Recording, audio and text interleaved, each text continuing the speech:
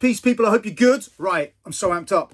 About to check out the Nike Air Huarache Stüssy exclusives. And I'm going to explain why I refer to them as Stüssy exclusives, all right? This year, we're seeing the 30th anniversary of the Nike Air Huarache, one of the most iconic silhouettes. My favourite running silhouette, I have to say. You know, unquestionably so. When it first debuted in 91, it was neck snapping. The neoprene Huarache sock was just like, whoa, you could wear it without the laces, and, you know, the strap system and the fact there was minimal logos on it as well. It was just like, whoa. The sculpted midsole, everything about the shoe was just absolutely fantastic. Then we flip it to the year 2000. And this is when Nike started to realize that they needed to explore other avenues of revenue. And they need to explore and, you know, sort of permeate into their demographic, the people that really appreciate it. Because they've never really messed around or acknowledged even, you know, the street and the fact that it, you know, it made how many Nike models and sneakers, etc. So official over the years. It never done that. It was we're a sporting company was the official line. We make sporting goods. But then, you know, with the advent of the millennium and new people coming into the mix and internally at Nike and just looking at different ways that they can affect the culture within started to change, and they need to, you know, open up a little bit more.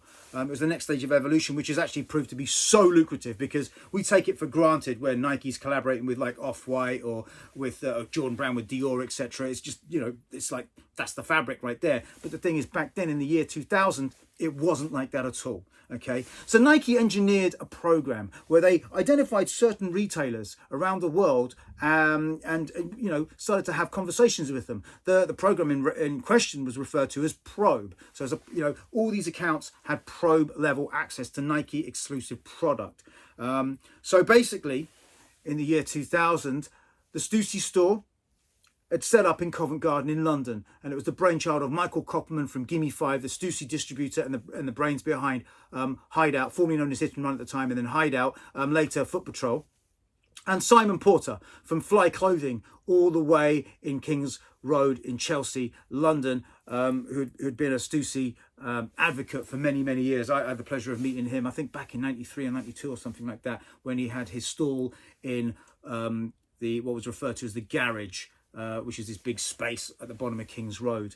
And yeah, anyway, right, I digress. So, year 2000, a gentleman by the name of Jason Fulton has left Levi's and started, you know, working at Nike in Hilversum, and is having conversations with Simon Porter. Then the conversations go quiet because, you know, Simon was looking to, you know, to work with them in some regard, and you know, it didn't happen. But then Jason picks up the phone about 3-4 months later and goes to Simon, yo, I've got some exclusive product for you. What do you think? Do you want to check it out? And Simon was like, fantastic. What have you got? And Jason said, I've got 2 colorways of the Nike Air Huarache. We're bringing the Air Huarache back, and you know, in line for its 20th anniversary. No, I think it would have been the 10th anniversary, sorry, at the time. Can you believe it? Crazy. You know, we've got two colorways, and we've also got the Nike Air Footscapes. We've got 2 versions of those. And so Simon suggested to Michael Koppelman that he take the Footscapes for Hideout, and that they take the Huaraches for the Stüssy store. So hence they being Stüssy exclusive, not an official collaboration.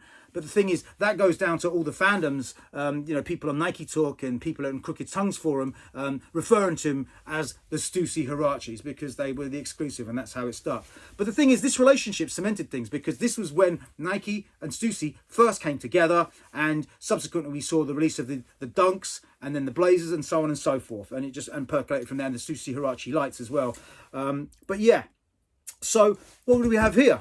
Okay, well, we have now the Stüssy chapter exclusives, okay, which are the avocados or the olives, is how some people are referring to them as, and then these bad boys, the Desert Oaks, which my foot shop fam have hooked me up with, you know, from Prague, looking out once again. So, yo, props to you guys, 100%, right? So, okay, let's go to the Stüssy exclusives first. One thing to note, by the way, is check out the box. The box takes it back to the OG styles from 2000, the late 90s, 2000. Love it. Okay.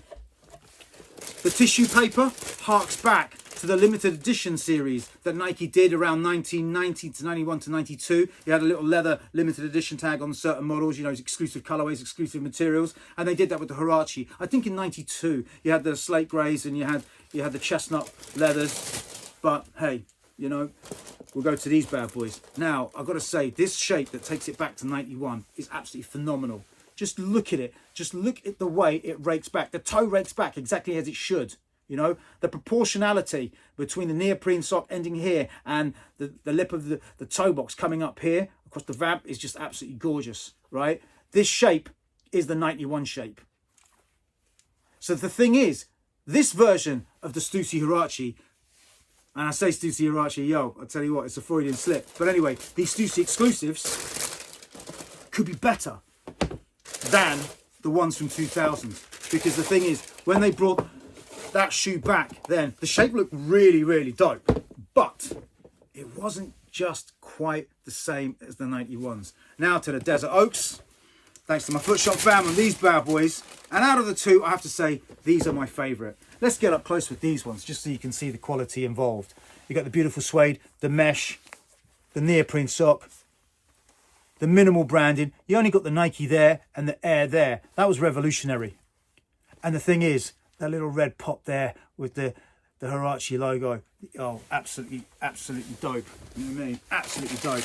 But yes, so the thing is, just over 20 years later actually, coming up to the 21st anniversary of this version of the shoe coming out, and the 30th anniversary of the Huarache, we have these bad boys.